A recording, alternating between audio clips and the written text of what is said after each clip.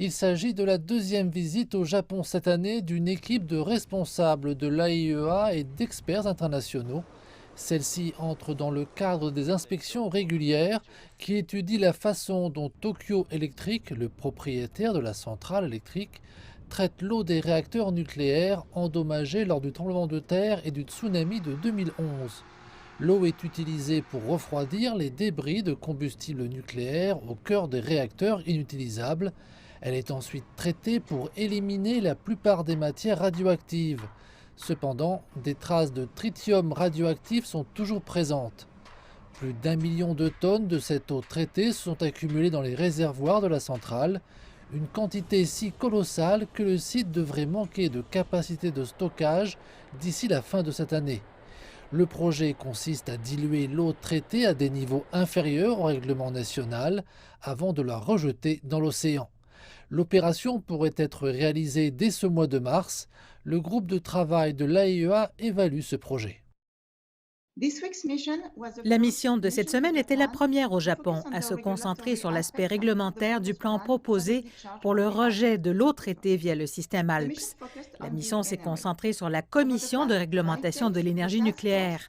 Au cours des 5 derniers jours, le groupe de travail l'a rencontré pour discuter de la responsabilité réglementaire, des objectifs de sécurité et des exigences pertinentes.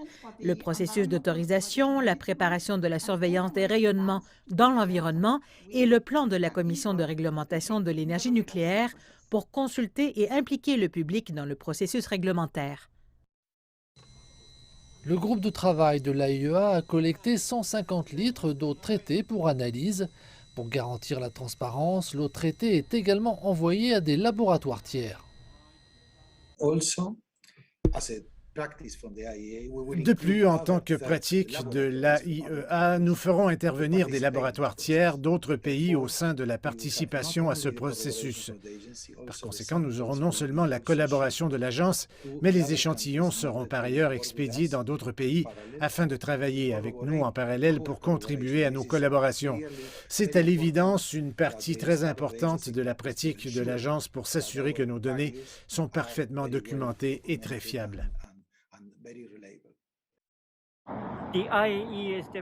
La directrice générale adjointe chargée de la sûreté et de la sécurité nucléaire, Lydie Evrard, a précisé que le groupe de travail se rendra à nouveau au Japon dans un avenir proche et que le rapport de cet examen sera rendu public dans 2 mois environ.